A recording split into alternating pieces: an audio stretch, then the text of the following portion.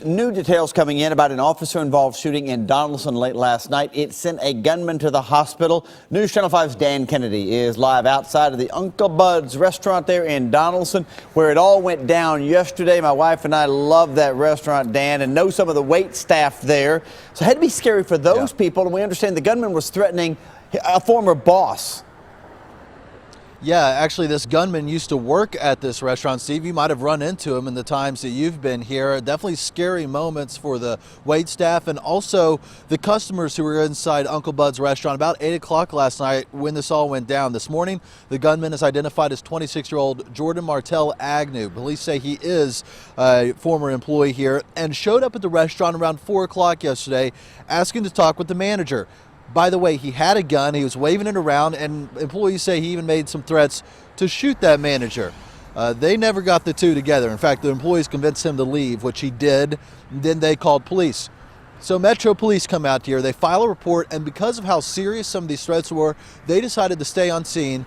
And sure enough, 4 hours later, they say Agnew showed back up again with the gun, and this time firing shots at the building, though he never entered inside. A sergeant on the scene then confronted him, and here's what happened next. He confronted this gunman. He ordered the gunman to drop his weapon.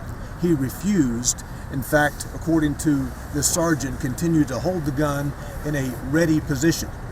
At that point, the sergeant fired on the gunman in defense of himself and in defense of the individuals who were still in Uncle Bud's.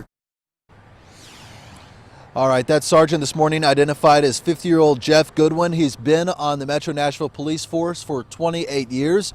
This morning, he's on routine administrative assignment pending the outcome of this investigation.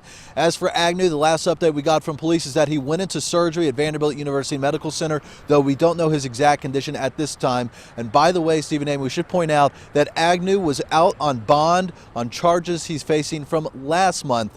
So in addition to those, he's now facing new charges in relation to this shooting. Reporting live this morning in Donaldson, Dan Kennedy, News Channel 5. Thank you, Dan. The third suspect was arrested in connection to the murder of a Nashville tourist last month. Last night, Metro Police announced Joseph Santian of Antioch was in custody. The 25-year-old reportedly turned himself into police. Two other suspects, 22-year-old Andy Nunez and 20-year-old Daniela Cruz, were arrested Friday night in North Carolina. Authorities say all three were involved in the September 25th murder of Teddy Grassett.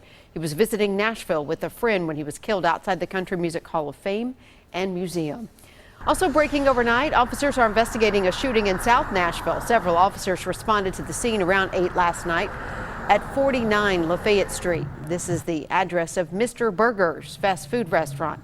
There were several shell casings on the ground outside, and police are working to get more information. We'll bring you that as soon as we get it. A man is in the hospital after crashing his car into a power pole in South Nashville. This happened just in front of Haywood Hills Baptist Church on Haywood Lane.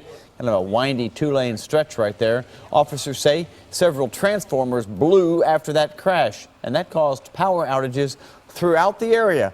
NES was on it immediately. Power's been restored. The driver was ejected and went to Vanderbilt with some serious injuries.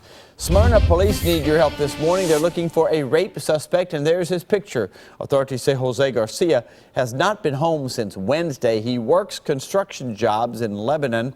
He also has friends in Laverne. If you have any idea where he may be, contact the Smyrna Police Department this morning. And Steve, a Georgia man's behind bars this morning after two people were killed in a crash in Clarksville. Ho Young Kang is facing multiple charges, including vehicular homicide and DUI. That crash happened on the 101st Airborne Division Parkway and Trenton Road Sunday morning. The wreck involved two vehicles. An 18-year-old and a 20-year-old were killed. Their identities have not been released. King is currently in the Montgomery County Jail on a $2.5 million bond.